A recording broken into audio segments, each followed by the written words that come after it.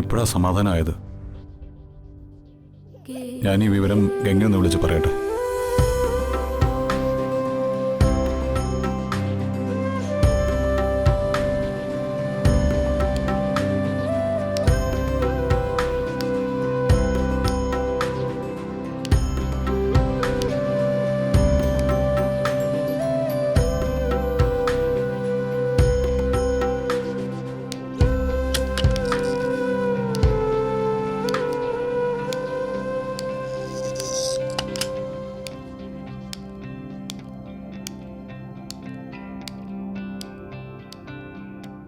ഓ, ഇതിനിപ്പോ ഗംഗ അറിഞ്ഞിട്ട് എന്തിനാ?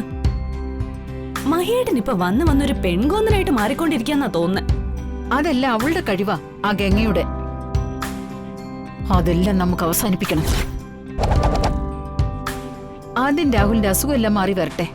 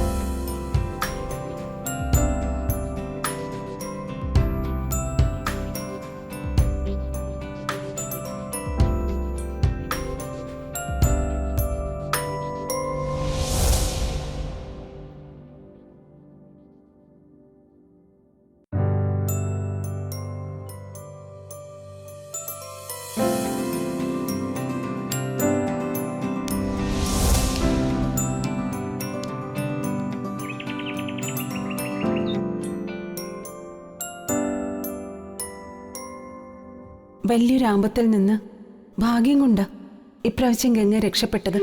അതെ, ഞാനും ശരിക്കും പേടിച്ചുപോയി. മഹേട്ടനെയും മാളുവിനെയും ഇനി ഒരിക്കലും കാണാനാവില്ല എന്ന് പോലും ഞാൻ ചിന്തിച്ചു. ഇനി കൂടുതൽ ശ്രദ്ധിക്കണം. അത്രയ്ക്ക് ശക്തരാ ഈ വീട്ടിനകത്തുള്ള ഗംഗയുടെ ശത്രുക്കൾ. അവർക്ക് ഏത് വിധേനയും ഗംഗയെ നശിപ്പിക്കുക എന്ന ലക്ഷ്യം മാത്രമേ ഉള്ളൂ. ഇവരൊക്കെ എന്തിനാണ് എന്നോടിങ്ങനെ പക കാണിക്കുന്നതെന്ന് എനിക്ക് മനസ്സിലാവാത്തത്. അറിഞ്ഞുകൊണ്ട് ആർക്കും ഞാൻ ഒരു ദ്രോഹവും ചെയ്തിട്ടില്ല. അവർക്ക് അവരുടേതായ ലാഭങ്ങളും ലക്ഷ്യങ്ങളും ഉണ്ടാവും. ആരെയും നന്നാക്കാനോ മനസ്സ് മാറ്റാനോ നമുക്ക് സാധിക്കില്ല. ശത്രുക്കളെ മനസ്സിലാക്കി നമുക്ക് കൂടുതൽ ശ്രദ്ധിക്കാനേ പറ്റൂ. ഞാൻ ഗംഗയ്ക്ക് സപ്പോർട്ട് ഉണ്ടാകുമെന്ന ധാരണ ഇപ്പോ അവർക്കുണ്ട്. അതുകൊണ്ടാ എന്നെ ബന്ധിച്ച ശേഷം ഗംഗയെ ഉപദ്രവിക്കാൻ ശ്രമിച്ചത്. അതെ, ഏതൊരാപത്തിലും വിളിച്ചാൽ സഹായത്തിനെത്താൻ ചേച്ചി ഉണ്ടാവുന്നൊരു ധൈര്യം എന്റെ മനസ്സിലുണ്ടായിരുന്നു. പക്ഷേ ഇത്തവണ വിളിച്ചിട്ട് വരാതായപ്പോ ഞാൻ ശരിക്കും പേടിച്ചുപോയി.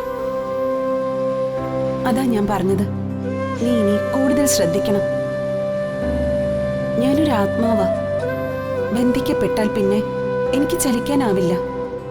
ആ ഓർമ്മയും കരുതലും മനസ്സിലുണ്ടാവണം എപ്പോഴും.